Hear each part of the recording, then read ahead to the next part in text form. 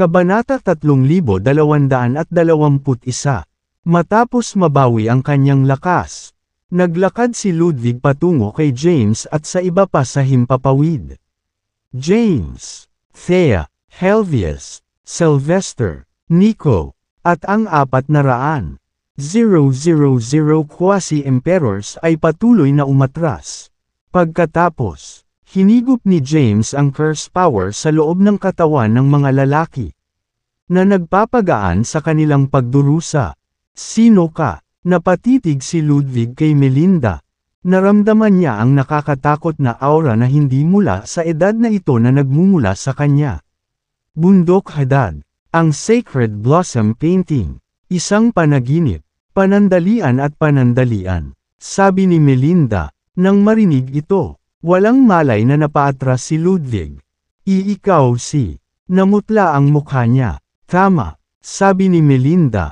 Ako si Melinda Theophanes, ang anak ng ancestral god na si Hadad Theophanes. Why ikaw? Nauutol na sabi ni Ludwig.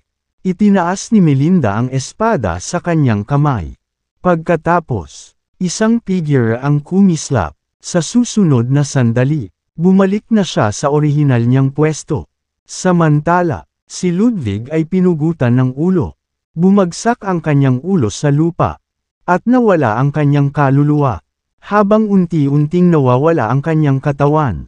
Isang gintong elixir ang lumitaw sa kawalan. Casual na ikinaway ni Melinda ang kanyang kamay. At ang ancestral god rank elixir ay lumipad patungo sa kanya. Nang makita ito, ang makapangyarihang mga figure ng sanctuary ay natigilan. Sino ang babaeng yun? Paano niya nagawang lipulin ang isang Heaven's Adjudicator sa isang galaw? Malamig ang ekspresyon ng mukha ni Melinda. Sa pagtingin sa natitirang mga individual ng sanctuary, dahan-dahan niyang itinaas ang kanyang espada. Sa sandaling iyon, iisa lang ang nasa isip ni Todd. Tamuus. At lahat ng iba pa sa sanctuary. At iyon ay ang tumakas. Gayunpaman, ang kanilang bilis ay hindi maihahambing sa bilis ng espada ni Melinda. Nag-transform si Melinda sa isang anino at lumibot sa kawalan. Samantala, kaliwat kanan ang mga figure ng sanctuary. Nang makita ito, napatulala si James at ang iba pa. Nakakatakot. Makalipas ang ilang oras, huminga ng malalim si James. Sino si Melinda? Paano niya nagawang alisin si Ludwig ng ganoon kadali? Hindi nagtagal. Natapos na ni Melinda ang paglipol sa sanctuary. Isinabit ang kanyang espada. Humarap siya kay James. Nawala na ang liwanag na bumabalot sa kanya. James, sabi niya. Inayos ni James ang sarili at tumingin sa kanya. Hindi siya makapaniwala na nagawang patayin ng babaeng ito si Ludwig at ang bawat figure ng sanctuary. Ang dahilan kung bakit ang mga ancestral gods ng sangkatauhan sa primeval age ay nagnanais na lipulin ang heavenly path ay palaging nababalot ng lihim. Walang ideya si James hanggang ngayon. Tumingin siya kay Melinda, at gayon din ang lahat ng naruroon. Natigilan silang lahat sa lakas niya. Noong nakaraan, nag-set up si Melinda ng superformation sa Elixir Realm para protektahan ang kaligtasan ng realm. Anuman, hindi siya nagpakita ng kahanga-hangang lakas. Ngayon, sa ilang sandali lang, nilipol na niya ang bawat makapangyarihang figure ng sanctuary at maging ang nasugatang Heaven's Adjudicator. Nawala sa pagmumuni-muni si Melinda. Bakas sa mukha niya ang bahagyang pagsimangot. Pagkaraan ng ilang oras, sinabi niya, ang primeval age ay isang maliwanag na panahon. May isang sekta na namuno sa mundo, ang sect ng Heavenly Path. Ang Mount Hadad ay ang punong tanggapan ng Heavenly Path sect. Samantalang ang Sacred Blossom Painting ay isang totem. Samantala, ang sect leader din ang Macrocosm Ancestral God ng 12th Universe. Pagkatapos, sinulyapan niya si James at ang iba pa at sinabing, hindi lang ang universo natin. Mayroong 12 universo sa kabuuan sa mundong ito. Bahagyang tumanggo si James. Nalaman niya ito mula sa namatay na Heaven's Adjudicator. Nagpatuloy si Melinda. Ang pinuno ng ika-12 universo ay si Hadad Theophanes, na siya ring pinuno ng sekta ng landas sa langit. Maraming makapangyarihang figure sa sekta, maging ang mga ninunong Diyos ng sangkatauhan ay minsang nagtungo sa bundok Hadad upang makinig kay Hadad na nangangaral tungkol sa landas. Ang Heavenly Path sect ay maraming disipulo. Samantala, si Hadad na pinuno ng sekta ay umamin ng maraming kilalang disipulo. Ang isa sa kanila ay isang inner disciple na tinatawag na Radimir Theophanes. Isang pangalan na ibinigay sa disipulo ni Hadad. Si Radimir ay nagtataglay ng napakalawak na potensyal. At ang bilis ng kanyang paglilinang ay walang kapantay. Dahil nakakuha siya ng insight sa hindi mabilang na mga landas. Nagkaroon siya ng tiwala ni Hadad, na ipinagkatiwala sa kanya ang responsibilidad na pangasiwaan ang mga patakaran ng makalangit na landas. Ang landas sa langit ay isang pag-iral na kumokontrol sa lahat ng bagay sa mundong ito. Ito ay isang landas na umiral mula noong likhain ang universo at hindi isang bagay na artificial. Sa sansinukob na ito, isang individual lamang ang maaaring pamahalaan ang landas sa langit.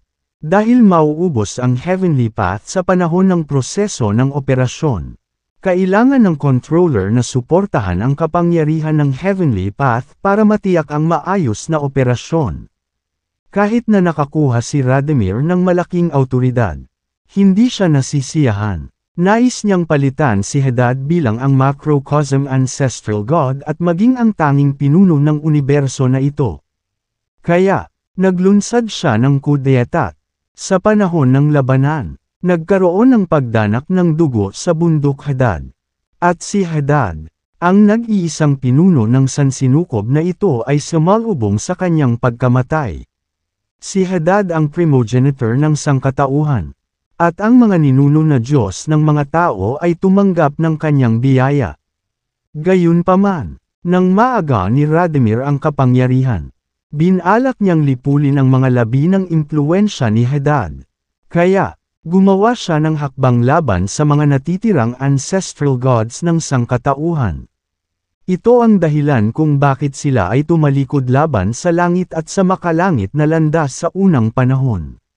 Sa pagkontrol sa Heavenly Path, lihim na binago ni Radimir ang Heavenly Path at lumikha ng maraming panuntunan na nakakapinsala sa mga tao. Pagkatapos niyang magsalita ay huminga ng malalim si Melinda. Tanong ni James, "Sino ka?" Sabi ni Melinda, "I came from the primeval age.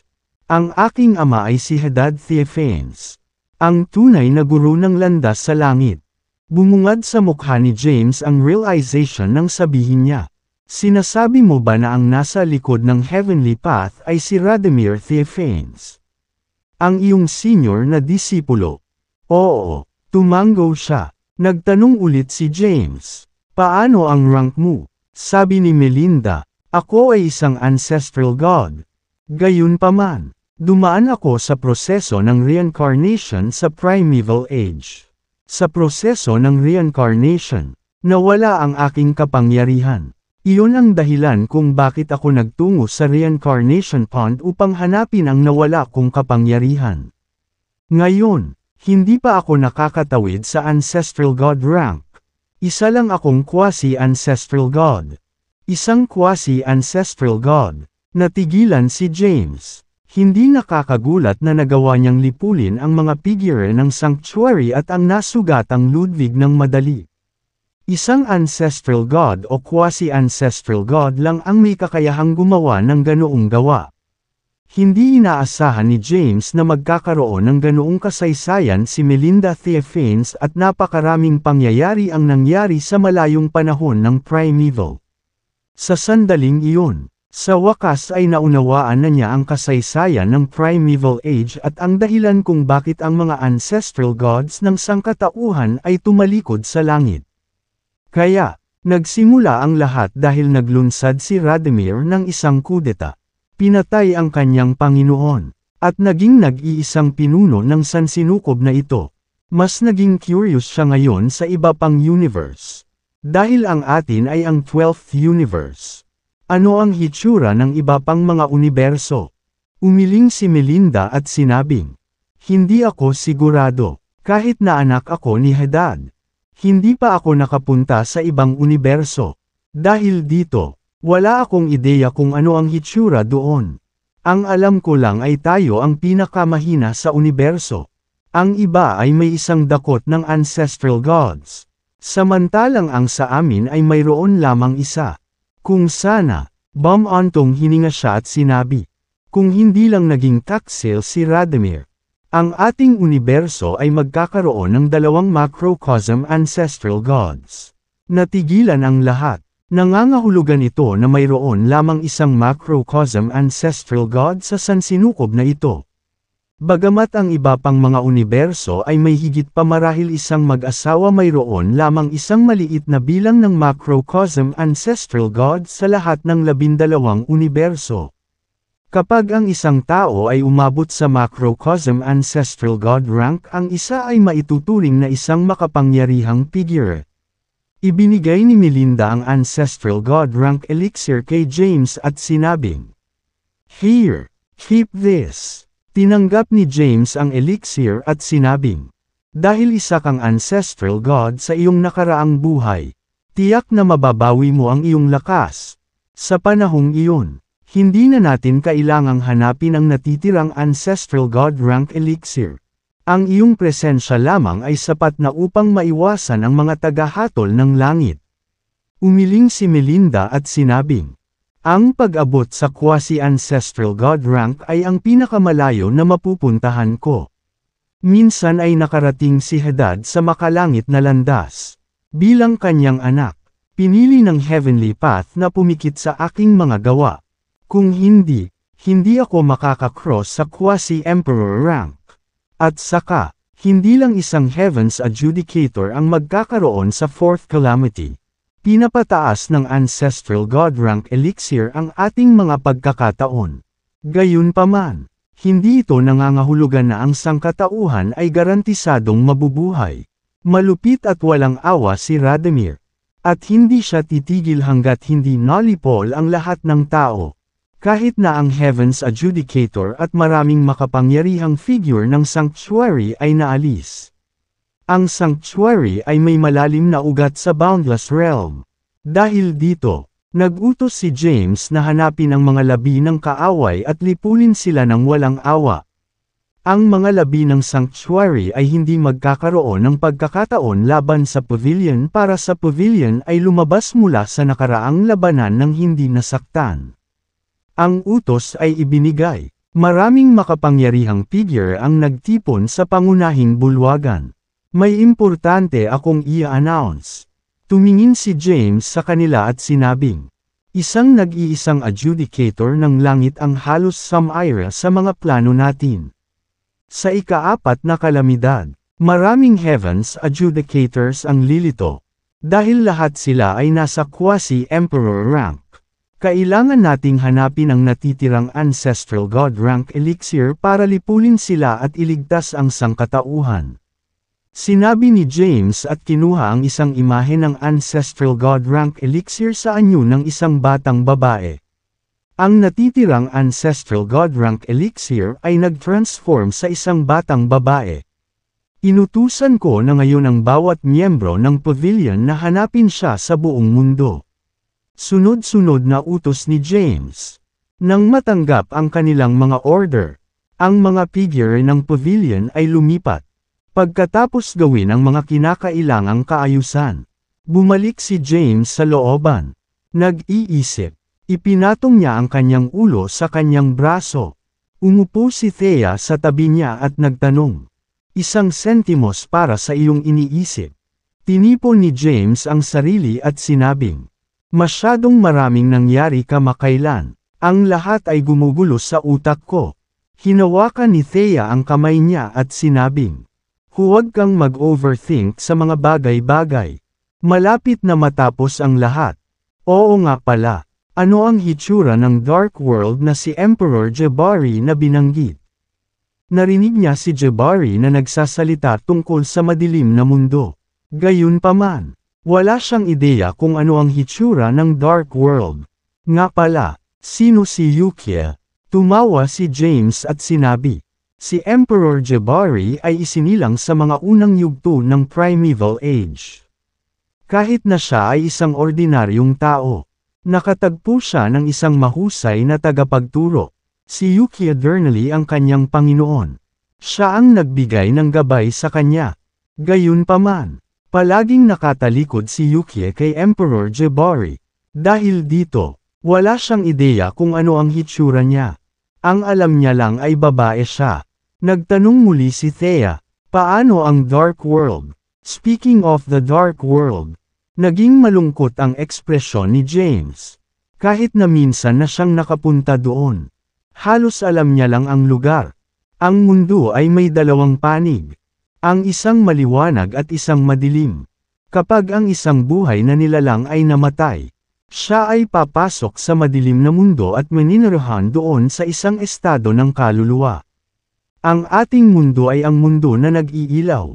Ang paths of the illuminated world ay lubhang mahina sa dark world. Hindi lamang iyon. Ang mga nagtataglay ng pisikal na katawan ay hindi maaaring manatili doon ng matagal. Iyon ay dahil ang kapangyarihan ng madilim na mundo ay naglalaman ng isang sangkap na sumisira sa pisikal na katawan. Sumunod naman si James at sinabing, nagkataon lang, may itatanong ako sa iyo. Magtanong ka. Tumingin siya kay James. Tanong niya, noong nakaraan habang tayo ay nasa desolate na sanctuary, minsan ay nagtungo ka sa lupang pinabayaan. Ano itong Forsaken Land? Mayroon bang mga lugar na hindi maaabot ng makalangit na landas sa sansinukob na ito? Gusto mo talagang malaman? Tanong ni Melinda, na curious lang ako. Sagot ni James, pagkatapos ng ilang pagmumuni-muni. Sinabi niya, sa totoo lang, ang Forsaken Land of the Desolate na Sanctuary ay wala sa universo na ito. Sa halip, ito ang hangganan sa pagitan ng universo na ito at ng iba pa. Dahil ang Forsaken Land ay wala sa universo na ito, hindi makokontrol ng Heavenly Path ang anuman doon. Nakita ko, bumungad sa mukha ni James ang realisasyon. Oo, sabi ni Melinda. Nagtanong muli si James. Si Radimir Theophanes ay ang macrocosm ancestral god sa likod ng Heavenly Path. Na siya rin ang pinakamakapangyarihang individual sa 12th universe. Kung ipipilit niyang lipulin ang sangkatauhan, maaari ba tayong makaligtas sa pagsubok kahit na nalampasan natin ang ikaapat na kalamidad? Nag-aalala si James. Sa unang panahon, mayroong maraming ancestral gods. Gayunpaman, lahat sila ay natalo. Sa panahong ito kung saan walang umiiral, paano sila magkakaroon ng pagkakataon laban kay Radimir? Hindi siya mangangahas. Sabi ni Melinda, bakit hindi? Nagtatakang tanong ni James. Sabi niya, ang landas sa langit ay may mga panuntunang ginagamit. Kahit na maaaring baguhin ni Radimir ang ilang mga patakaran dito at doon upang makapinsala sa mga tao. Hindi siya mangangahas na lipulin ang sangkatauhan kahit na mapagtagumpayan nila ang ikaapat na kalamidad. Kung tutuusin, lalabag siya sa mga operating rules ng Heavenly Path. Bukod dito, siya ay isang macrocosm ancestral god at ang pinuno ng ika-12 universo. Alam niya na ang mga tao ang pinakaangkop para sa paglilinang. At maraming napakalakas na figure ay tao. Ang 12th universe din ang pinakamahina. Sa iba pang mga universo na humihinga sa aming mga leeg, ang atensyon ni Radimir ay inilihis upang harapin ang panlabas na banta. Dahil dito, bihira niyang binibigyang pansin ang sansinukob na ito. Ang tinatawag na Fourth Calamity ay isang pagsubok para sa mga tao sa pamamagitan ng Heavenly Path na nilikha pagkatapos niyang baguhin ang mga patakaran ng Heavenly Path. Sa Primeval Age, ang mga ancestral gods ng mga tao ay gustong lipulin ang Heavenly Path. Iyon ang dahilan kung bakit pinuntirya ni Radimir ang mga tao. Gayunpaman, Hindi niya lubos na maalis ang lahat sa inyo. Kaya naman, ang ikaapat na kalamidad, maikling paliwanag ni Melinda, ang makalangit na landas ay may sariling kamalayan. Si Radomir, sa kabilang banda, ay maaari lamang pamahalaan at baguhin ang mga patakaran. Gayunpaman, hindi niya maaaring labagin ang landas sa langit. Nang marinig ito, naintindihan ni James. Ito ay nangangahulugan na ang mga tao ay magiging ligtas kapag nalampasan natin ang ikaapat na kalamidad. Dati, walang alam si James tungkol sa Heaven's Adjudicators. At lahat ng alam niya ay nagmula sa mga salita ni Sophie. Bukod pa rito, dahil si Sophie ay hindi isang Heaven's Adjudicator, lahat ng alam niya ay nagmula sa mga talaan ng mga sinaunang teksto. Sa mga sinaunang teksto, ang Heaven's Adjudicators ay inilarawan bilang walang awa at walang emosyong mga makinang pamatay. Kaya, nag-alala si James kay Winnie. Alam na siya ay isang tunay na tagahatol ng langit. Nakahinga siya ng maluwag. Siya nga pala, tanong ni James, ang mga tagapaghatol ba ng langit sa ika-apat na kalamidad ay magiging mga sagisag ng hustisya o sila ay magiging mga nasasakupan ni Radomir? Sabi ni Melinda, yung huli, sa Primeval Age, binago niya ang ilang mga patakaran ng landas sa langit. Kapag dumating na ang oras, bubuhayin ng makalangit na landas ang mga tagahatol ng langit sa unang panahon at lilipulin ang lahat ng sangkatauhan. Dahil nagawang baguhin ni Radomir ang mga patakaran ng Heavenly Path, natukoy ito ng mga ancestral gods ng mga tao at naihanda ng maaga ang Ancestral God Rank Elixir. Sa pagsasalita tungkol sa elixir, sinabi ni Melinda ng may paghanga, ang Ancestral God Rank Elixir ay hindi ordinaryong elixir. Sa pagkonsumo, magkakaroon ka ng lakas ng isang Ancestral God na mas mahina lang ng kaunti kaysa sa isang Macrocosm Ancestral God. Sa pagsasalita tungkol sa elixir, sinabi ni James na may pag-aalala. Ang Ancestral God Rank Elixir ay nahahati sa maraming mga fragment.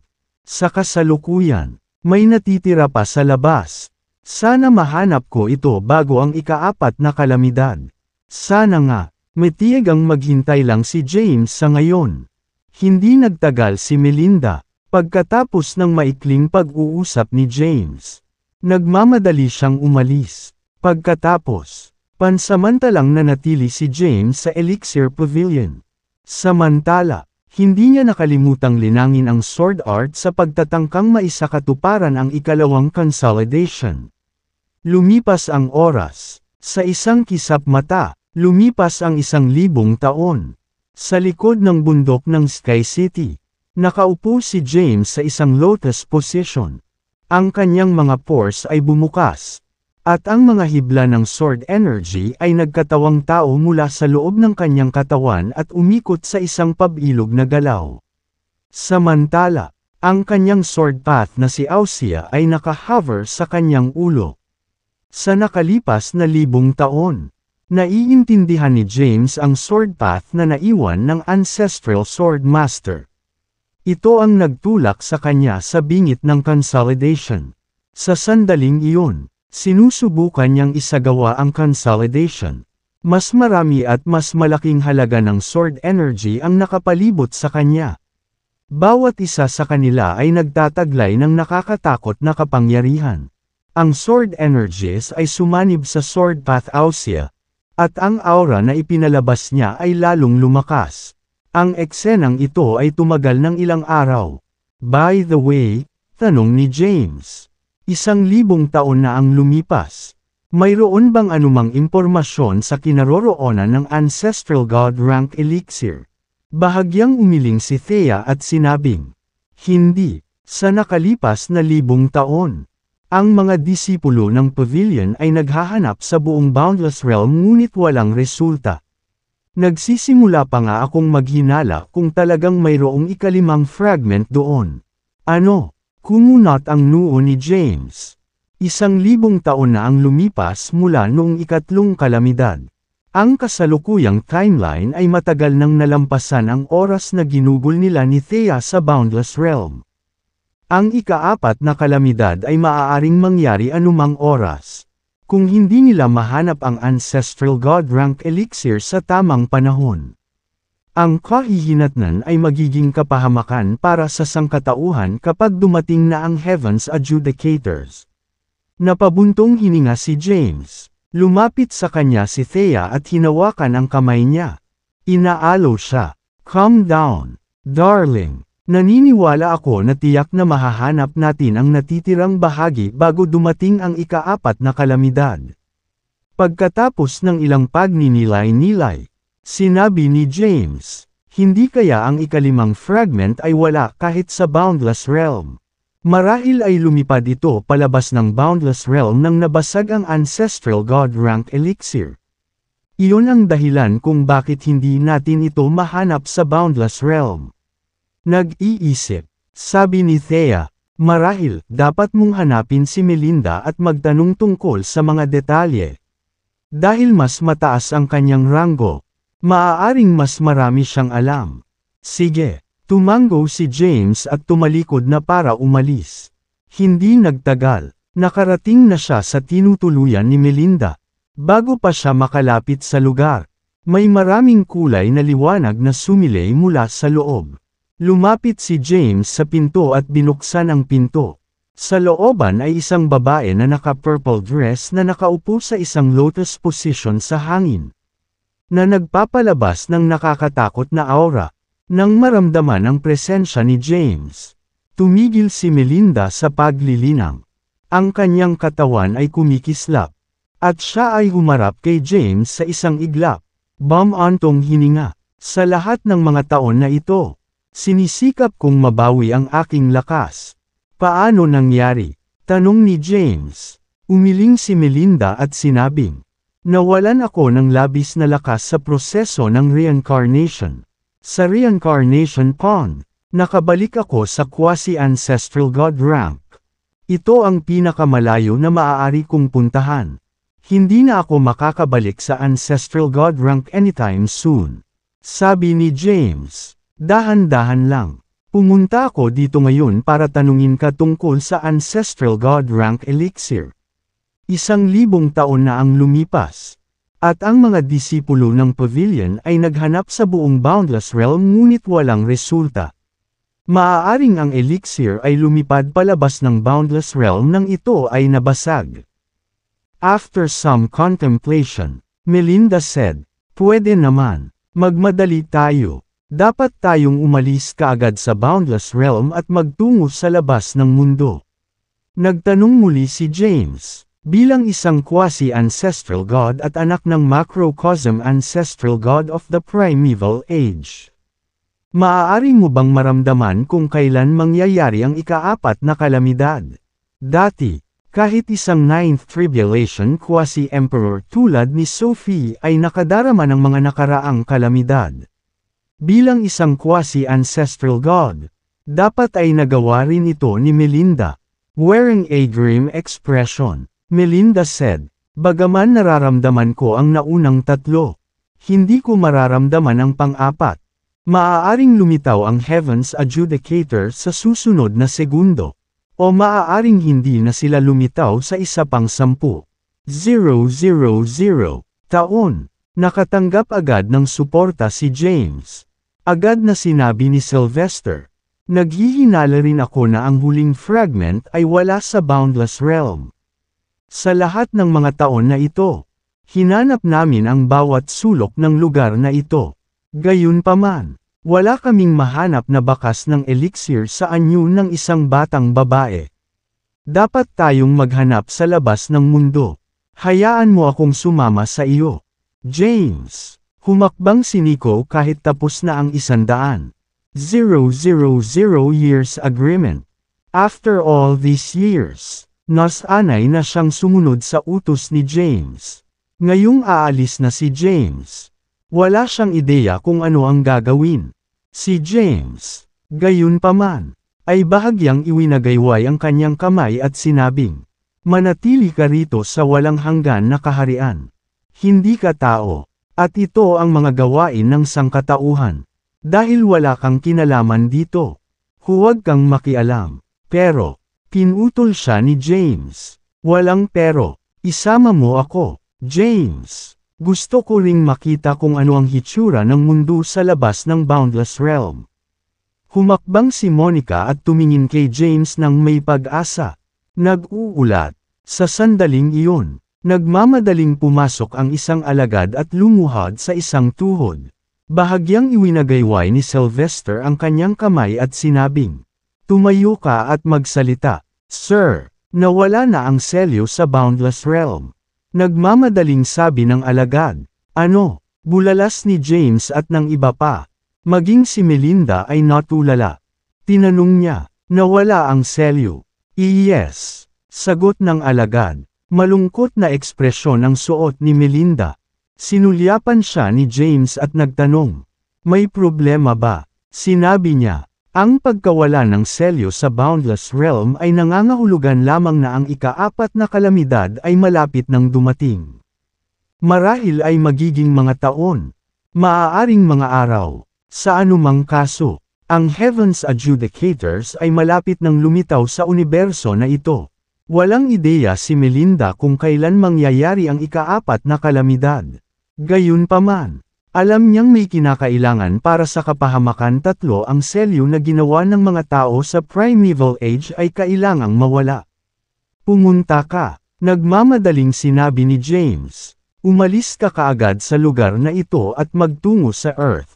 Kailangan nating pag-usapan ang sitwasyon kay Xandros, ang Panginoon ng Sangkatauhan. Sige, tumango si Melinda. Pagkatapos, hindi nagtagal sina James, Thea, at Melinda at nagmamadaling tumalikod para umalis. Nang mawala ang selyo, hindi na kinailangan ni James na maglaan ng oras sa pagtanggal ng selyo. Kahit na si Melinda ay isang quasi-ancestral god, wala siyang ideya tungkol sa tiyak na lokasyon ng Earth. Pinutol ang kawalan. Pumasok sila sa espasyo. Sa susunod na sandali, nasa seal na sila ng Boundless Realm. Ngayon, gayunpaman, ang selyo ay wala nang makita.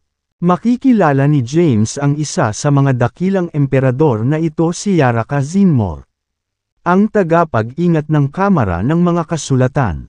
Bumalik ka na, James. Dinala mo ba ang Ancestral God Rank Elixir? Tanong ni Yaraka. Nakasuot siya ng puting damit. Puro at walang bahid. Para siyang magandang diwata. Hindi lang iyon. Malambing ang boses niya. Bahagyang umiling si James. Ano? Nagulat si Yaraka. Sabi ni Xandros. Ipatawag lahat dito. Magkakaroon tayo ng meeting. Oo. Alam ang kalubhaan ng sitwasyon. Nagmamadaling ipinaalam ni Yaraka ang iba. Sa pangunahing bulwagan ng isang gusali sa tuktok ng isang bundok. Nakaupo si Xandros sa isang trono. At unti-unting dumating ang ilang Grand Emperors. Pagbati, Xandros. Nang makilala nila si Xandros, magalang silang bumati sa kanya. Hindi nagtagal, may 10 o higit pang mga Grand Emperor sa pangunahing bulwagan. Napatingin si James sa kanila. Nararamdaman niya na sila ay mahina at sa una o pangalawang langit lamang. Kung ikukumpara sa mga Grand Emperor sa Boundless Realm, maraming beses silang mas mahina. Ang pinakamalakas sa kanila ay si Xandros. Sa pamamagitan ni James' perception, masasabi niya na si Xandros ay isang 8th Heaven Grand Emperor. Kahit sa Boundless Realm, magiging top-notch fighter siya. James, bumalik ka na. James, ibinalik mo ba ang Ancestral God Rank Elixir? Binati nila si James. Kahit na hindi sila kilala ni James. Narinig nila si James. Bahagyang itinaas ni Xandros ang kanyang kamay. At agad na tumahimik ang mga tao. Sabi niya, maraming pangyayari ang nangyari sa Boundless Realm. Nabasag na ang Ancestral God Rank Elixir. Habang nasa Boundless Realm, natagpuan ni James ang 4 sa kanila. At isa na lang sa kanila ang natitira. Isinalaysay ni Xandros ang sunod-sunod na pangyayaring naganap. Nang marinig ito, Malungkot ang ekspresyon ni Yaraka habang sinabi niya, wala na ang selyo sa Boundless Realm. Nangangahulugan ito na ang ika-4 na kalamidad ay nasa atin na. Utos ni Xandros. Give the order. Dapat ibaling ng lahat ng tao sa universo ang kanilang atensyon sa paghahanap ng panghuling ancestral god rank elixir. Pagkatapos, casual niyang iwinagayway ang kanyang kamay. At lumitaw ang isang imahe. Ang imaheng ito ay ang ibinigay ni James sa kanya. Naiintindihan. Ang makapangyarihang mga figure ay tumalikod upang umalis. Swish! Isang nakasisilaw na liwanag ang lumitaw sa pangunahing bulwagan sa sandaling iyon. Pagkatapos, may lumitaw na ilang figure Sylvester, Helvius, at ang iba pang makapangyarihang figure ng Boundless Realm. Nang makita niya ito, agad na pumasok si Xandro sa isang defensive position. Kabanata 3230. Bumalik tayo sa Earth, Thea, sabi ni James. Sige, tumango si Thea. Pagkatapos, umalis sila sa selyadong espasyo. Ngayong taglay na nila ang napakalaking kapangyarihan. Ang selyo sa lupa ay wala sa kanila. Dahil dito, madali nilang malampasan ang sealed realms. Casual na ikinaway ni Thea ang kanyang kamay. At lumitaw ang isang bitek sa langit. Pagkatapos, pumasok sila sa fissure at muling lumitaw sa Earth. Sa kalangitan, pagkatapos ng napakaraming mahabang taon, lumaki ang ibabaw ng Earth, at hindi mabilang na mga bundok at ilog ang lumitaw. Nakatayo sa himpapawid, pinagmasdan ni James ang kanyang paligid. Sa ilalim ng kanyang pangunawa, naramdaman niya na mayroong maraming bagong rehiyon sa Earth at mayroong malaking pagkawasak dito. Dahil sa sumpa ng Third Calamity, lahat ng tao sa Earth ay nahahawa ng curse power, na naging sanhi ng pagkamatay ng maraming tao. Samantala, ang ilang mahihinang magsasaka na hindi nakayanan ang curse power ay namatay din matapos sumailalim sa matinding pagpapahirap ng curse power. Samantala, ang medyo mas malalakas na cultivator ng 3,000 sealed realms ay halos hindi makatutulong sa kanilang sarili. Na pinipigilan silang magbigay ng tulong sa mga nahawahan ng curse power. Sa bawat kalye sa bawat lungsod sa Earth nakahiga ang mga tao sa buhay ay nakabitin sa pamamagitan ng isang sinulid sa lupa. Ang mga modernong lungsod na ito ay ganap na walang buhay. Nang makita ito ni James ay nadismaya. Ang mundo ay dating may populasyon na halos 10 bilyon. Ngayon, wala kahit 100 milyon ang natitira. Ang nilalaman ay kabilang sa Enveldrama, org. Siya ay napabuntong hininga. 1/3. Mahigpit na hinawakan ni Thea ang kamay niya at sinabing, matatapos din ang lahat. Mayroong 10 bilyong naninirahan sa Earth. Ngayon, marami sa kanila ang patay. Bukod pa rito, marami sa mga nakaligtas na tao ay nagmula sa sealed realms. Nakatayo sa himpapawid. Ipinatawag ni James ang Jade Seal. Nagkat-ali kay Jade Seal. Isang misteryosong kapangyarihan ang lumitaw mula sa loob at bumalot sa kalangitan. Sa sandaling iyon, ang curse power sa katawan ng bawat tao ay naging mga thread ng itim na aura at lumipad sa kalangitan. Pagkatapos, pinasok nila ang Jade Seal bago lumipat sa katawan ni James. Noong nakaraan, hindi sila mailigtas ni James dahil mahina siya.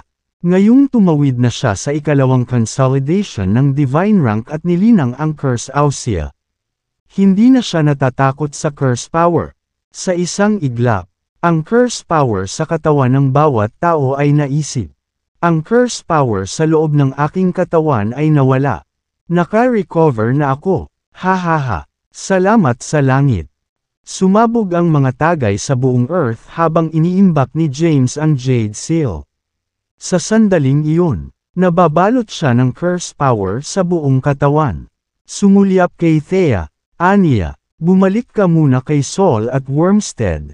Thea, hahanapin ako ng lugar para supilan ang curse power.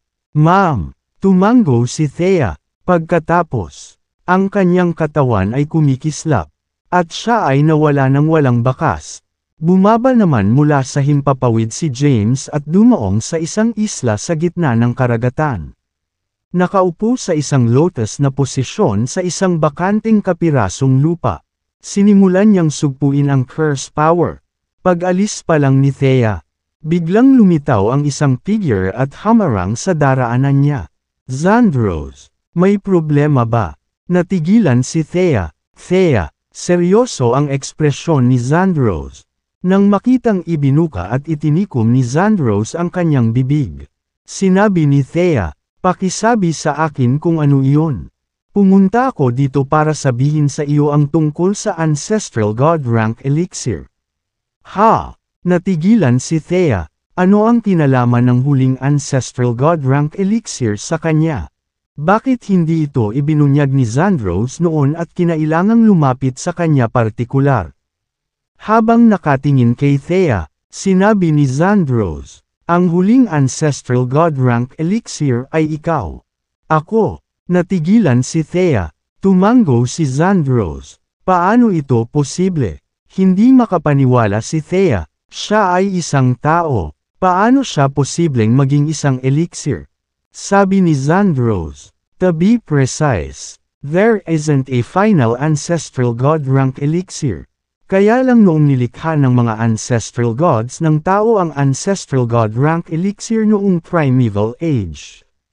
Kinuha nila ang isang strand ng iyong kaluluwa para lumikha ng Ancestral God Rank Elixir. Bilang resulta, kung wala ka, ang Ancestral God Rank Elixir ay hindi kumpleto. Pagkasabi niya nun, casual niyang winagaway ang kamay niya.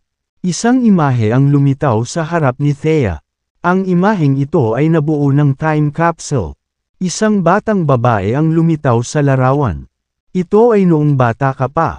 Malamang naaalala mo ang isang pagkakataon na naligaw ka at gumugol ng ilang araw na pag-alagala sa labas.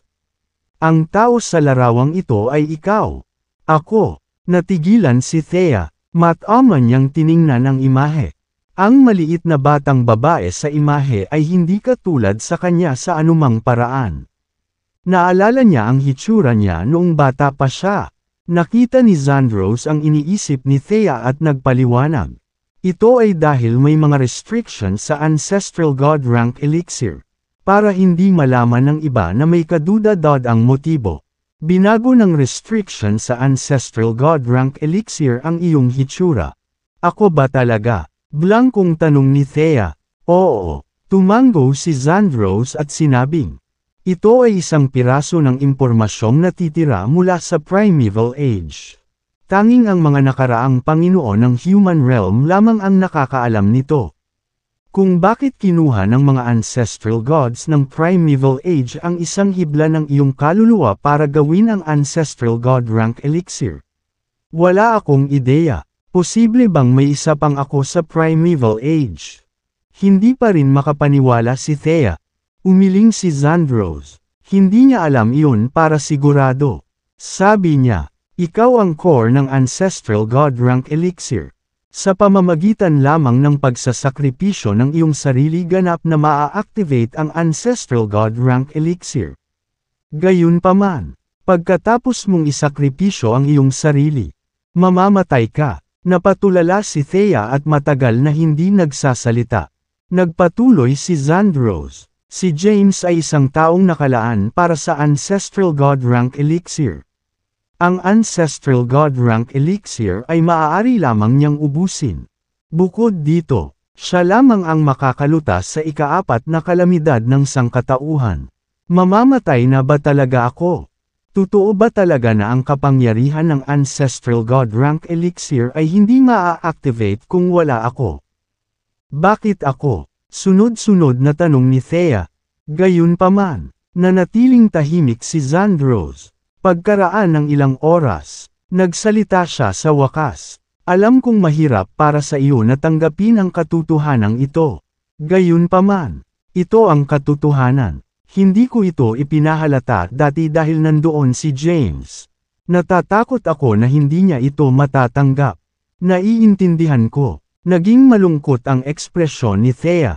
Siya ang Ancestral God Rank Elixir. Nangangahulugan iyon na kailangan niyang isakripisyo ang kanyang sarili para ganap na ma-activate ang kapangyarihan ng Ancestral God Rank Elixir, na nagbibigay daan kay James na pansamantalang makakuha ng lakas na mas higit sa Ancestral Gods upang malutas ang pang-apat na kalamidad ng sangkatauhan.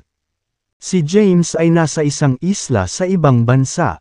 Pinipino ang hinihigop na curse power, bagamat kakaunti na lang ang natitira sa Earth.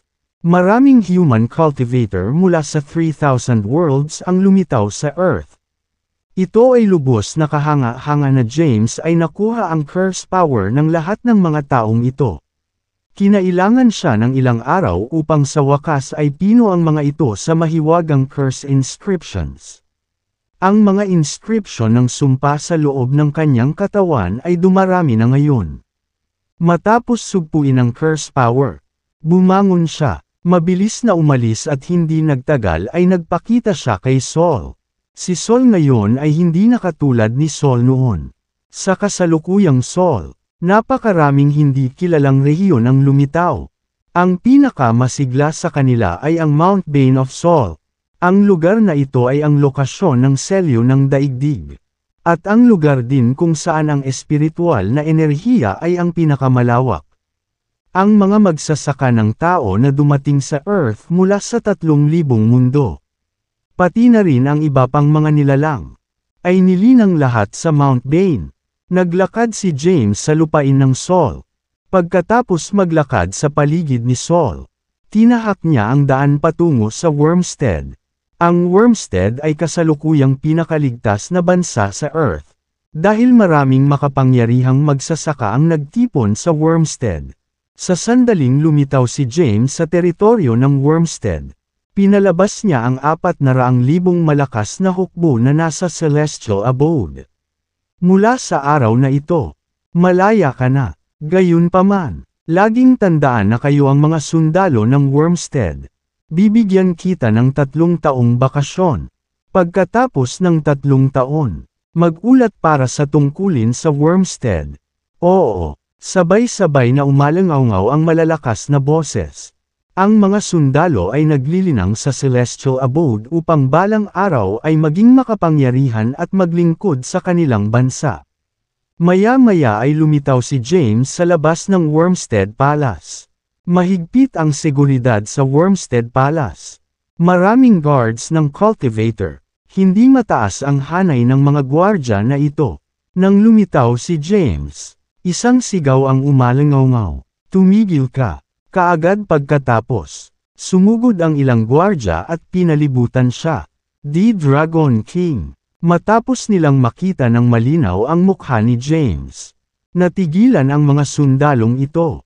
Pagkatapos ay lumuhod silang lahat sa lupa. Inatanggap namin ang pagbabalik ng Dragon King. Tumingin si James sa mga sundalong ito. Bahagyang iwinagayway ang kanyang kamay.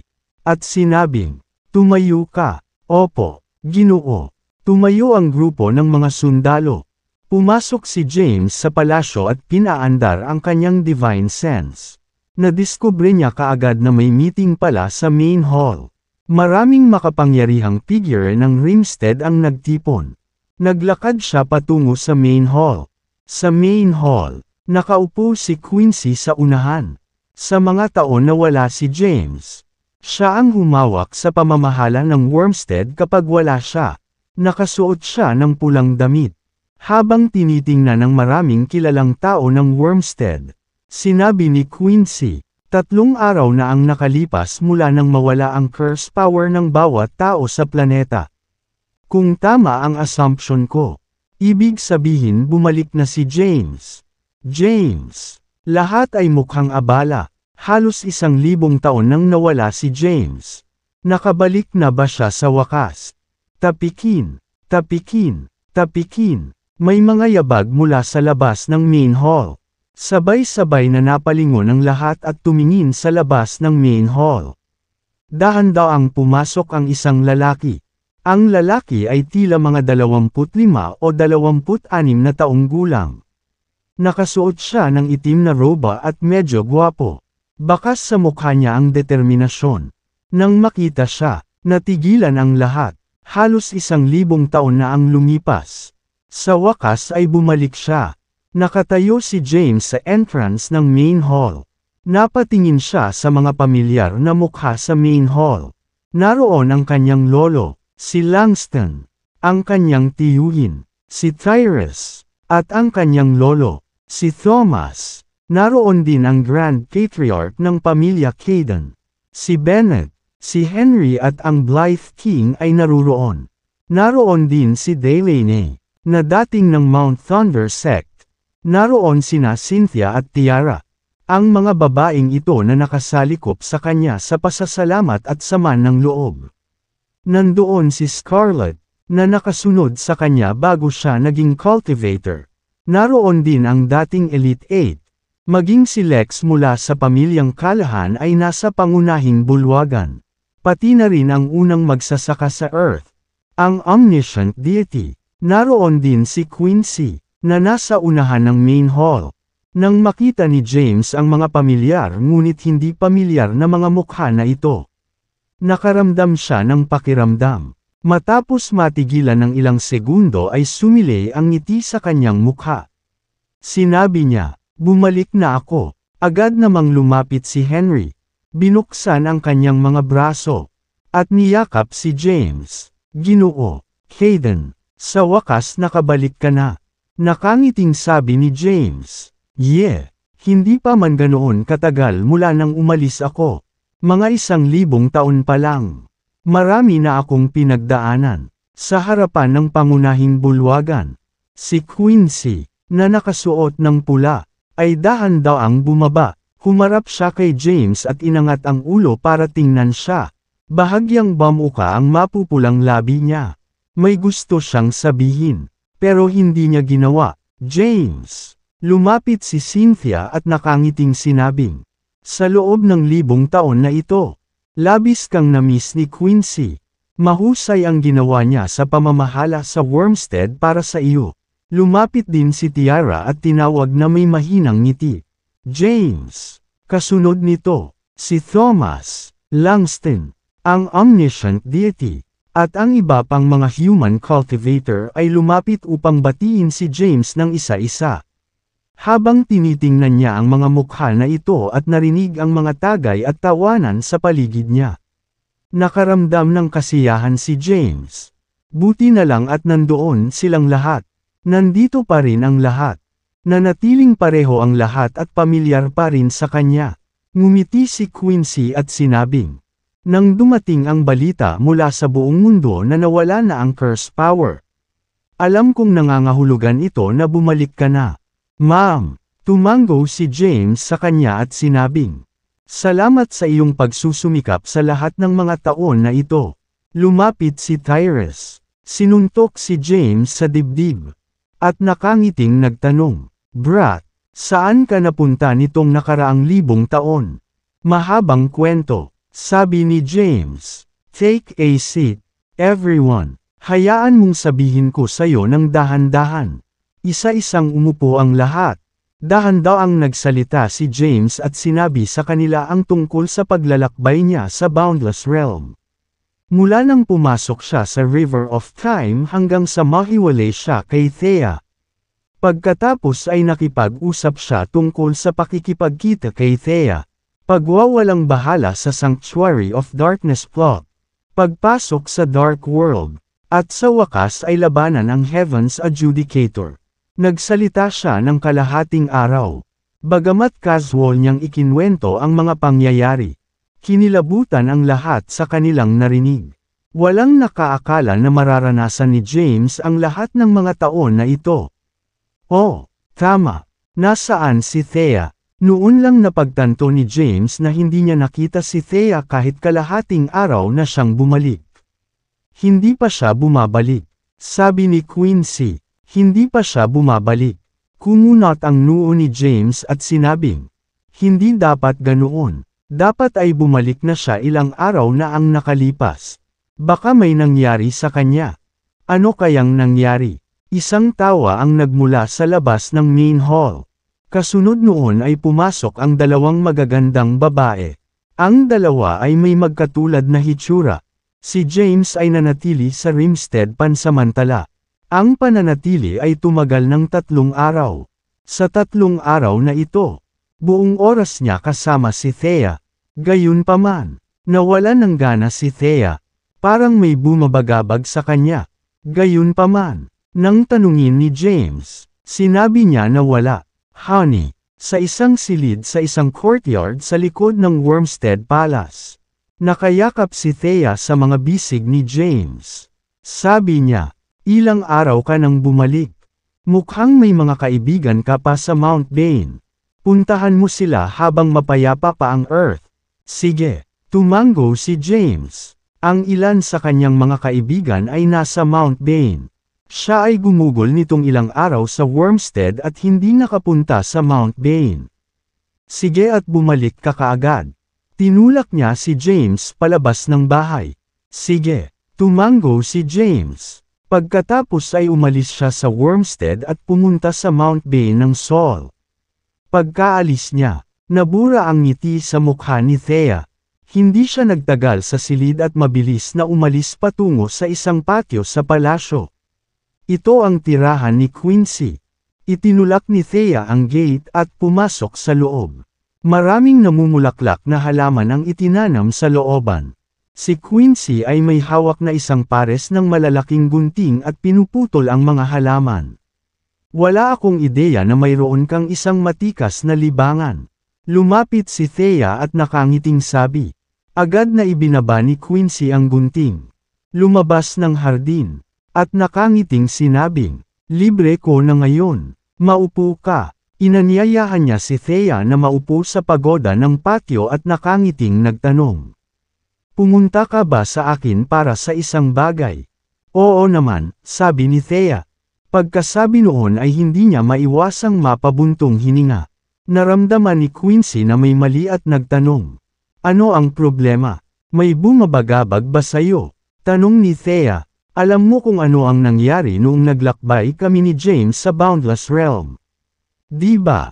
Tumango si Quincy at sinabing, Ma'am, alam ko, sinabi sa amin ni James.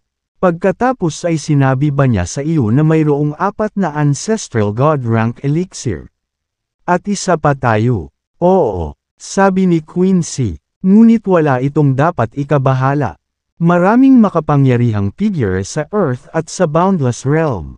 Hanggat umiiral ang Ancestral God Rank Elixir, ito ay matatagpuan. Naiintindihan naman ni Quincy ang nararamdaman ni Thea. Nagtanong siya, may maitutulong ba ako? Pinunasan ni Thea ang mga luha sa gilid ng kanyang mga mata gamit ang kanyang kamay at sinabing, natatakot ako na ma-heartbroken si James pag nawala ako.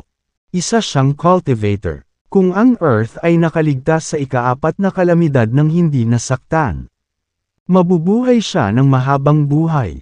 Ayokong gugulin niya ang natitirang bahagi ng kanyang buhay na mag-isa. Sana pagkatapos kong mawala, maalagaan mo siya ng mabuti. Ako, sinabi ni Quincy na may pagbibitiw. Paano ko gagawin iyon? Hinawakan ni Thea ang mga kamay ni Quincy at sinabing, alam kong palagi mong gusto si James. Hindi ako komportable na ipaubaya si James sa iba. Ito lang ang hiling ko. Sana tanggapin mo. Kumunat ang noo ni Quincy at nagtanong. Wala na ba talagang ibang option? Kailangan mo ba talagang isakripisyo ang iyong sarili para iligtas ang iba? Umiling si Thea at sinabing, wala nang ibang pagpipilian.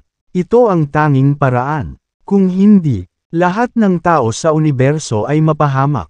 Kasama ka, James, at maging ang aking pamilya. Masaya din ako na ako lang ang mamamatay. Natahimik si Quincy. Quincy, kailangan mong mangako sa akin. Mukha namang solemn na si Thea. Napabuntong hininga si Quincy at sinabing, I can promise you. Gayunpaman, si James ay ganap na nakatuon sa iyo. Pagkatapos mong mamatay, baka hindi na siya mabuhay kung wala ka. Hindi ko sasabihin sa kanya. Sabi ni Thea, maghintay hanggang sa pagkamatay ko at ang Earth ay tunay na payapa bago sabihin sa kanya ang totoo. Tumango si Quincy at sinabing, sige, Ipinapangako ko sa iyo, tulungan mo akong ilihim ito. Pakiusap ni Thea. Sige, walang problema. Noon lang sumili ang ngiti sa mukha ni Thea. At sinabi niyang, maraming asawa si James. I really don't mind that now. Kung maraming babae ang nakapaligid sa kanya na mag-aalaga sa kanya pagkatapos kong mamatay. Mas mabuti, na natiling tahimik si Quincy dahil hindi niya talaga alam ang sasabihin. Mabait ding babae si Tiara. Pagkatapos kong mawala, gawin mo ang lahat para ay set up siya kay James. At saka, para sa aking pamilya, mangyaring tulungan mo akong alagaan din sila. Ang daming nagsalita ni Thea na para bang inaayos na niya ang kanyang mga gawain. Nasa malapit si Quincy at hindi kumibo. Tahimik lang siyang nakikinig. Ang pinagsisisihan ko lang ngayon ay hindi ako nag-iwan ng anak para sa pamilya Caden. Wala akong ideya kung kailan darating ang ika-4 na kalamidad sa mundo. O kung mabibigyan ko ba ng anak si James bago ito mangyari. Parang sinasabi ni Thea kay Quincy. Pero parang kinakausap din niya ang sarili niya. Ngayon, wala talaga siyang pinagsisisihan. Ang tanging pinagsisisihan niya ay hindi niya mabigyan ng anak si James. May naisip na siyang plano. Ito ay upang manirahan sa pag-iisa kasama si James sa loob ng ilang panahon habang ang ika-4 na kalamidad sa lupa ay hindi pa lilito. At upang samantalahin ang pagkakataon na magkaanak para sa kanya, siya ay isang makapangyarihang cultivator sa Emperor rank. Isang Second Heaven Grand Emperor. Hanggat maaari siyang mabuntis, makokontrol niya ang rate ng paglaki ng bata at maipanganak ang bata sa loob ng maikling panahon. Quincy, ipauubaya ko na sa iyo ang lahat. Si James ay lumitaw sa labas ng Mount Dane. 1,000 taon na ang nakalipas. Maraming bulubundukin ang lumitaw sa Mount Dane. Ang rehiyong ito ay lumago ng husto. Maraming sekta ng 3,000 mundo ang nagtatag ng kanilang mga sangay sa Mount Dane. Maraming mga lugar ng Mount Dane ang inookupahan ng mga makapangyarihang figure mula sa 3,000 mundo. Mayroon ding ilan mula sa ibang mundo sa universo. Sa madaling salita, ang kasalukuyang Mount Dane ay naging masigla. Ang pinakamasiglang rehiyon ay ang Dane City sa Mount Dane. Habang lumalaki ang lugar ng Mount Dane, lumawak din ang teritoryo ng Dane City. Ang Dane City ay kasalukuyang isang megacity. Pumasok si James sa Mount Dane. Sa daan, marami siyang nadatnan na magsasaka. Ang karamihan sa mga magsasaka na ito ay mga tao. Ang ilan sa kanila ay mga buhay na nilalang ng beast race. Halos lahat ng mga buhay na nilalang na ito ay lumitaw pagkaalis ni James. Kaya hindi nila nakilala si James. Hindi nagtagal, nakita ni James ang pasukan sa Dane City. Narinig mo na ba? Nakarating na si Empress Brielle sa Mount Dane. Nasa Dane City siya ngayon. Nag-host siya ng isang piging at nag-imbita ng mga prodigy mula sa iba't ibang lahi sa universo. Narinig ko rin. Ang piging ay ngayon. Gusto ko talagang makita ito at makilala ang napakalakas na mga magsasaka na nagmula sa buong universo. Kalimutan mo na iyon. Tumigil sa pangangarap.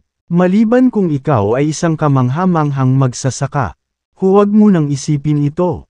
Sa sandaling lumitaw si James sa labas ng Dane City. Narinig niya ang maraming boses na nag-uusap. Lahat sila ay tungkol kay Brielle.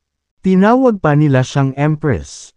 Nang marinig ni James ang mga pag-uusap na ito, bahagya siyang natigilan. Brielle, Empress. Naging emperador na ba siya? Pagkatapos lamang ng 1,000 taon. Siya ay naging isang emperador. Matapos isipin ang tungkol sa pagtatamo ni Brielle ng sukdulang biyaya ng 3 kalamidad. Paglukso sa 3 dimensyon, isuko ang 5 elemento, at pagiging malaya mula sa mga hadlang ng landas sa langit. Gumaan ang pakiramdam niya. Higit pa rito, sinabi ni Henrik na si Brielle ang unang magiging emperador sa hinaharap. Bagamat naiintindihan ang pag-akyat ni Brielle sa Emperor, Namangha pa rin si James sa bilis ng kanyang paglilinang. Kinailangan lamang siya ng 1,000 taon upang tumaas mula sa Sage rank tungo sa Grand Emperor rank. Masyadong nakakatakot ang bilis na ito. Naglakad siya papasok sa lungsod. Tinatalakay ito ng maraming magsasaka sa lungsod. Nalaman din ni James kung saan nagho-host si Brielle ng isang piging para sa mga kilalang tao mula sa iba't ibang lahi. Ito ay nasa isang tirahan sa Bane City na nagsilbing base para sa Lobran clan ng Demon Realm sa Earth. Naglakad si James patungo sa Lobran's residence at hindi nagtagal ay dumating. Sa pasukan ng Lobran residence, maraming mga Lobran clan guards. Ang mga gwardya na ito ay ipinadala ng Lobran clan ng Divine Dimension ng Demon Realm. Sila ay medyo mas malakas. Lahat sila ay makapangyarihang magsasaka na nakapasok sa Divine rank. Kung ito ay bago siya naglakbay sa Boundless Realm, makikita ni James na imposibleng madaig ang mga cultivator ng Divine rank. Gayunpaman, para sa kasalukuyang kanya, ang mga cultivator ng Divine rank ay hindi problema para sa kanya. Bagamat ang kanyang ranggo ay nasa 2nd langit lamang ng Divine rank. Nilinang niya ang pinakamataas na sword path. Nilinang pa niya ang siyam na Ausya. Kapag ang kanyang tunay na lakas ay pinakawalan, tiyak na makakalaban niya ang isang quasi-emperor. Tumigil ka. Nang makalapit na siya ay biglang may sumigaw. Ilang Divine rank guard ang lumapit at hamarang sa dinadaanan ni James. Sabi ng isa sa kanila, ang Empress ng aming angkan ay nagho-host ng isang piging para sa mga prodigy mula sa buong mundo. Ang iba ay hindi pinahihintulutang pumasok. Hinahanap ko si Brielle. Si James ay nagsuot ng isang matahimik na ekspresyon. Casual niyang sinabi, "Go and report my visit." Sabihin mo lang na dumating na si James Caden. James Caden. Nang marinig nila ang pangalang ito, lahat ng mga gwardya ay napatingin kay James. Hindi pa nila nakikilala si James. Ngunit alam nila ang pangalan nito. Alam nila na siya ang tao mula sa Earth na nakatanggap ng sukdulang biyaya ng una at ikalawang kalamidad. Gayunpaman, pagkatapos ng 3 kalamidad sa mundo, nawala si James. Hindi siya nagpakita sa halos 1,000 taon at halos nakalimutan na ng mga tao at kababalaghan ng Earth sa buong mundo. Brat, ang pagpapanggap na kahit sino ay mas mahusay kaysa sa pagpapanggap bilang James Caden. Alam mo ba kung sino si James Caden? Bakas sa mukha ng isang gwardya ang pagngisi. Mula sa kanyang pananaw, tiyak na sinusubukan ni James na pumasok at makakuha ng ilang mahalagang karanasan. Magwala, kung hindi ka aalis ngayon, huwag mo kaming sisihin sa pagpapahirap sa iyo. Hindi man lang nailigtas ng mga gwardya na ito ang mukha ni James. Pinunasan ni James ang kanyang ilong na may hitsura ng pagbibitiw. Kung gusto niyang dumaan sa pasukan na ito, tila kailangan niyang ipakita kung ano ang kanyang kaya. Paano mo ako pahihirapan? Isang matamis na ngiti ang ibinigay ni James at lumakad ng ilang hakbang pasulong. Whoosh! Agad na binunot ng isa sa mga tanod ang kanyang espada at idiniin ang matalim na talam sa dibdib ni James. Subukan mong lumipat muli kung maglakas loob ka. Pagbabanta ng bantay ng Lobran clan. Emph! Malamig na bamantong hininga si James at akmang hahampasin. Ano ang nangyayari? Sa sandaling ito, isang boses ang dumating. Maraming gwardya ang napalingon sa boses at agad na binati ng nakangiti ang tao.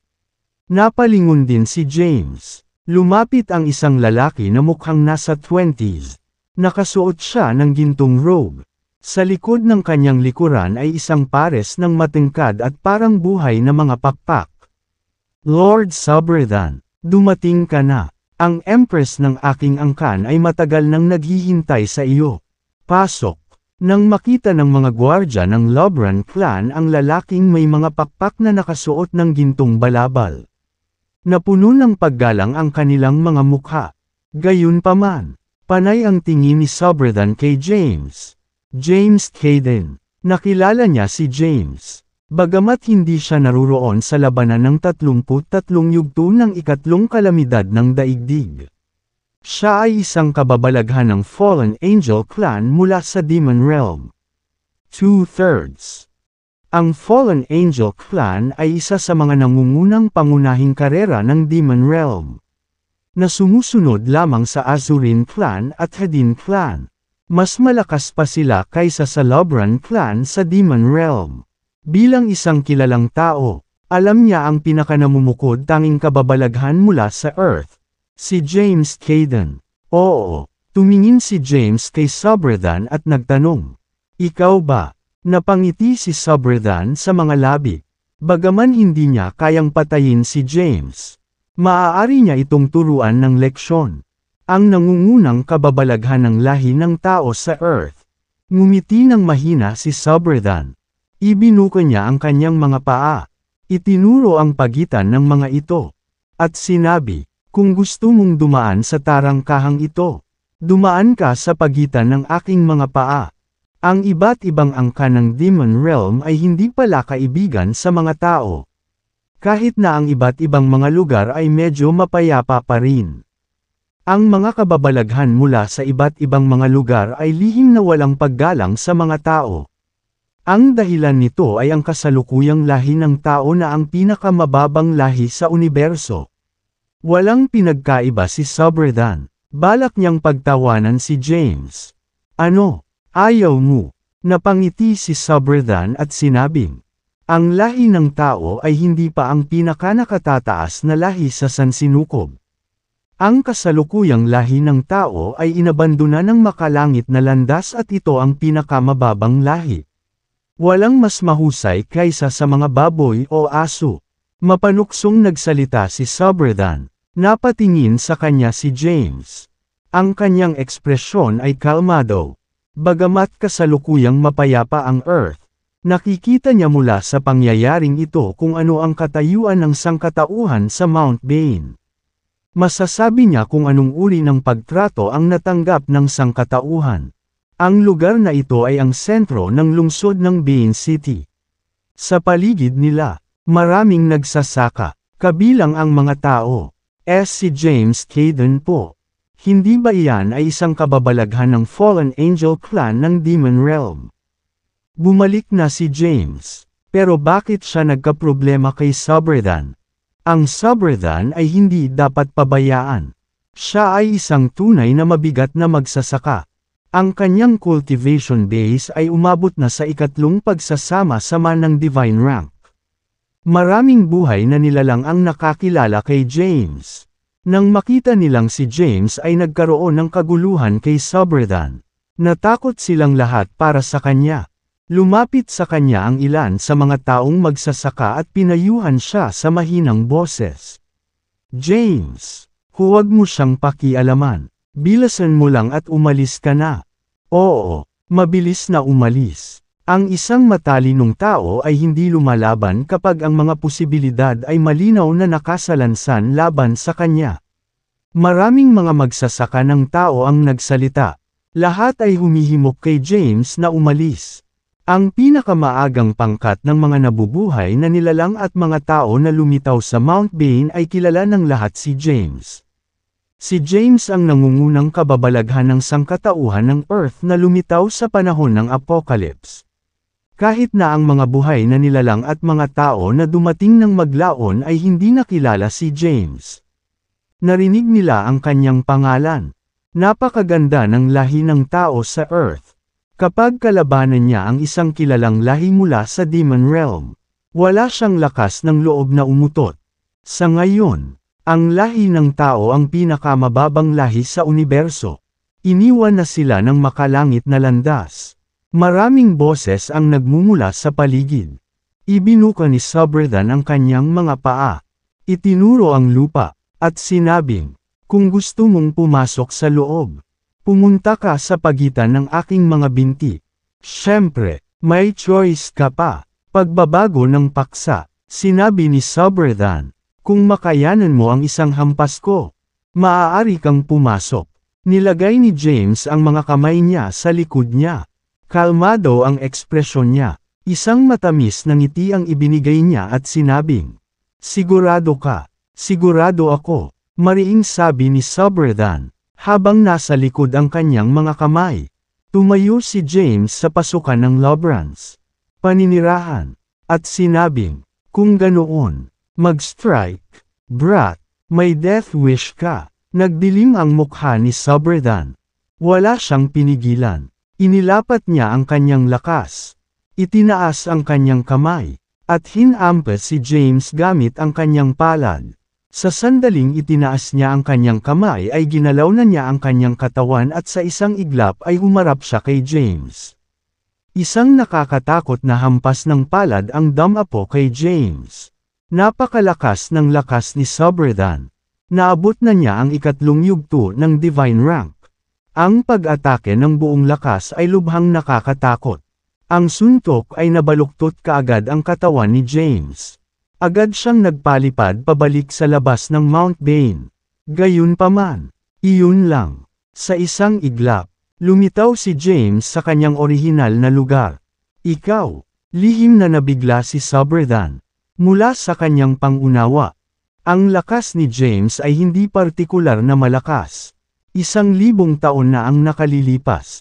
Nasa ika-10 yugto pa lamang siya ng Sage Rank. Ngunit paano siya naging napakalakas ngayon? May mga sugat sa dibdib ni James. Maaari nang masira ni Subredhan ang mga depensa ng kanyang pisikal na katawan at masugatan siya. "Pumasok ka sa loob." Alam ni Subredhan na magulo si James. Kaya hindi na niya ito pinalala pa. Binitawan niya ang mga salitang iyon. Saka tumalikod at naglakad palayo. "Nataman ka." Ngayon naman, mahina at walang pakialam na wika ni James. Nang marinig iyon, lumingon si Subredhan at tumingin sa kanya. Natigilan. Sinabi niya, "Ano, baka gusto mo pa akong awayin?" Masasabi ni James mula sa kaganapang ito ngayon na bagamat ito ang Earth, ang tahanan ng sangkatauhan, ang mga tao ay kasalukuyang may napakababang katayuan sa Earth. Anumang lahi o buhay na nilalang ay maaaring mang-api ng mga tao. Hindi niya gustong makita ito. Itinuon niya ang kanyang isip. Isang lilang espada ang nagpakita sa kanyang kamay.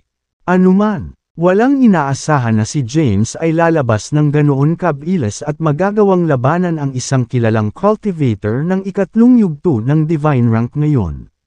Na may kalmadong ekspresyon sa kanyang mukha. Hinawakan ni James ang Crep Myrtle Divine Sword at tumingin sa unahan kay Subredhan. Sa sandaling ito, humakbang pasulong ang ilang gwardya ng Lobrans Residence. Bumunot ng kanilang mga espada. At itinutok sila kay James. Ang isa sa mga bantay ay umungal. "James, anong ginagawa mo? Ito ang tirahan ng mga Lobrans. Ito ay hindi isang lugar kung saan maaari kang kumilos ng masama. Magwala ka," sabi ni James. Sa sinabi niyang iyon, isang malakas na puwersa ang bumungad sa kanyang katawan. Lumabas ang incorporeal force. At ang mga nakapaligid na Lobran clan guards ay agad na napabalikwas sa ere at bumagsak sa lupa. Bago pa makabangon ang mga gwardya na ito mula sa lupa, nagsimulang kumilos si James. Agad siyang sumugod. Bumuo ng isang tuwid na linya kasama ang kanyang katawan at ang Crep Myrtle Divine Sword sa kanyang kamay. Sa sandaling nagsimula siyang kumilos. Isang nakakatakot na sword intent ang napakita. Namutla agad si Subredhan. Mabilis siyang napaatras at gustong makalayo. Gayunpaman, naramdaman niya ang isang nakakatakot na puwersa na umaakay sa kanya. Tinataka ng puwersang ito ang espasyong ito. Wala siyang matakasin. Gusto niyang gumanti. Gayunpaman, naramdaman niya na may mga tao, espada, at sword intent sa paligid niya. Ang lahat ng kanyang mga landas ay hinarangan ng mga taong ito. Mga espada, at layunin ng sword. Sa kanyang mga mata, ang Crep Myrtle Divine Sword ay lumaki at lumaki. Habang hawak ang Crep Myrtle Divine Sword, nauna si James ng malakas. Sa susunod na sandali, nagpakita siya sa likod ni Subredhan. Si Subredhan naman ay na-freeze sa pwesto. Inalis ni James ang Crep Myrtle Divine Sword. Noong itinatabi niya ang Crep Myrtle Divine Sword, isang bahid ng dugo ang lumitaw sa leeg ni Subredhan. Bumagsak ang ulo niya sa lupa. Sa sandaling tumama ang kanyang ulo sa lupa. Isang makinang na sword light ang bumulaga mula sa kanyang leeg. Sa isang iglap, sumabog ang sword light, at agad na nawasak ang katawan ni Subredhan. Maging ang kanyang kaluluwa ay napawi. Maraming buhay na nilalang at tao ang nagtipon sa paligid. Nang nasaksihan ito ng mga buhay na nilalang at mga tao, lahat sila ay natulala. Ito ay si Subredhan, isang buhay na nilalang ng Fallen Angel Clan at isang napakalakas na cultivator sa ikatlong yugto ng Divine Rank. Isang hakbang na lang ang layo niya sa pagiging quasi-emperor. Gayunpaman, ang isang kilalang tao ay napatay sa isang iglap. Itong si James na taong ito. Saang cultivation siya. Gulat na gulat ang mga buhay na nilalang sa paligid. Sa wakas ay kinaladkad ng mga gwardiya ng Lobran Clan ang kanilang mga sarili mula sa lupa sa puntong ito. Puno ng takot ang kanilang mga mukha. Napatingin naman sila kay James na parang demonyong nakatingin. Waves of sword intent sweep in mula sa labas ng residence. Nakuha nito ang atensyon ng maraming kababalaghan. Maraming prodigies ang lumabas kaagad. Si Brielle ang nangunguna. Paglabas ni Brielle sa entrance. Nakita niya si James na nagliligpit ng Crep Myrtle Divine Sword. Casual na nagsalita si James. Ngunit lahat ay nabigla habang nakikinig sa kanya, na may gulat na ekspresyon sa kanyang mukha. Si Brielle ay humakbang pasulong, at nagtanong, "Ano, pinatay mo si Subredhan?" "Oo, pinatay siya." "Paano ito?" Walang pakialam na sabi ni James. Namuo ang malamig na pawis sa noo ni Brielle. "James, masyado kang padalos-dalos. Alam mo ba kung gaano kalakas ang Fallen Angel Clan? Isa ito sa pinakakilalang lahi sa Demon Realm. Si Subredhan ay anak ng Fallen Angel King. Pinatay mo si Subredhan. Hindi ito pababayaan ng Fallen Angel King." Buntong hininga. Wala nang masasabi pa sa puntong ito. "Gagawin ko ang lahat para matulungan ka. Kung papasok ang Lobran Clan, maaaring may pagkakataon na maibalik ito." Habang tumatagal, walang ibang masabi si Brielle. Pinaplano na niya kung paano ililigtas si James sa kanyang isipan. Si Henrik, sa kabilang banda, ay lumapit. Tinapik si James sa kanyang balikat, at nakangiting sinabing, "Way to go, James." Si Subredhan, ang brat na iyon, ay matagal nang naiirita sa akin. Lumapit din si Chusai at tumawag, "James." Nakangiting tugon ni James sa dalawang sinumpaang kapatid. "Sige, kumalat." Lahat, humakbang pasulong si Brielle at nagsimulang maghiwa-hiwalay ang mga nabubuhay na nilalang at mga tao na nanunood sa amusement sa paligid. Pagkatapos nito, inakay niya si James sa tirahan ng mga Lobran.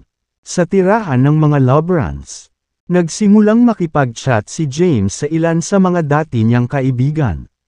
Samantala, isang elder ang nagmamadaling pumunta sa isang santuwaryo sa punong tanggapan ng Fallen Angel Clan ng Demon Realm. Na may bakas ng gulat sa kanyang mukha, lumuhad siya sa isang malaki at bakanteng espasyo at sinabing, "Clan leader, ito ay masama. May nangyari. Namatay ang soul lamp ni Young Master." Habang nagsasalita ang matanda, lumitaw ang isang pares ng malalaking itim na pakpak sa himpapawid ng espasyong ito. Sa ilalim ng mga itim na pakpak, may isang lalaking nasa katanghaliang gulang na nakasuot ng itim na damit. Pinigilan ng nasa katanghaliang gulang na lalaki ang kanyang aura, at ang napakalaking itim na pakpak sa likod niya ay nawala sa kawalan. Bumaba mula sa langit ang kanyang katawan at nakatayong matatag sa lupa. Siya ang hari ng Fallen Angel Clan at isang Grand Emperor. Gayunpaman, ang kanyang antas ng karunungan sa Grand Emperor rank ay hindi masyadong mataas. Ito ay nasa ikatlong langit ng Grand Emperor rank. Anong problema? Nagsalita ang nasa katanghaliang gulang na lalaking nakaitim na roba. Ang kanyang boses ay neutral ngunit marangal. Hindi ko alam. Ngayon lang. Biglang namatay ang soul lamp ng young master. Isang kakilakilabot na puwersa ang sumabog mula sa katawan ng nasa katanghaliang gulang na lalaki. Sa ilalim ng impluwensya ng puwersang ito, ang nakapalibot na espasyo ay naging pangit. Nagpatuloy ang elder. 300 taon na ang nakalilipas. Naglakbay si young master sa Earth sa pamamagitan ng daanan ng Hadin clan. Ngayong namatay na ang soul lamp ng young master. Malamang na pinatay na siya sa Earth. Naiintindihan ko, sabi ng Fallen Angel King. Kalmado ang kanyang tono, ngunit dumilim ang kanyang mukha. Hinuyam niya ang kanyang kamao at malamig na sinabi, lilipulin ko ang buong angkan ng sinumang ng ahas na patayin ang aking anak. Anuman ang kanilang pinagmulan, ibigay mo ang order ko. Oo. Gagawin ko ang iyong mga tagubilin. Bawat magsasaka sa aking angkan ay maglalakbay kaagad sa Earth upang malaman ang katotohanan tungkol sa pagkamatay ng aking anak. Oo, walang ideya si James na ang mga cultivator ng Fallen Angel Clan ay bumaba na sa Earth sa pamamagitan ng daanan ng Hadin Clan. Gayunpaman, wala siyang pakialam. Noong siya ay nasa Boundless Realm, nakipag-away siya sa isang quasi-ancestral god ng mabangis. Wala siyang pakialam sa isang cultivator na nasa Grand Emperor rank lamang. Na nakakita ng napakaraming Grand Emperor rank cultivator sa Boundless Realm. Sa tirahan ng mga Lobran, may mga taong nakakakilala kay James noon pawang dumating para bumati sa kanya. Nagtipon si James kasama sina Henrik, Chusay, Walgonis, at ang Gorger, Kev. Masaya silang nag-uusap. Si Brielle naman ay labis na nag-aalala. Sa pagkakataong ito, lumapit ang isang maid at mahinang nagsalita sa tabi niya. Nang marinig niya ang sinabi niya ay bahagyang nagbago ang ekspresyon niya. Ang buong puwersa ng Fallen Angel Clan ay ipinadala. Ito ay tiyak na isang pangunahing issue.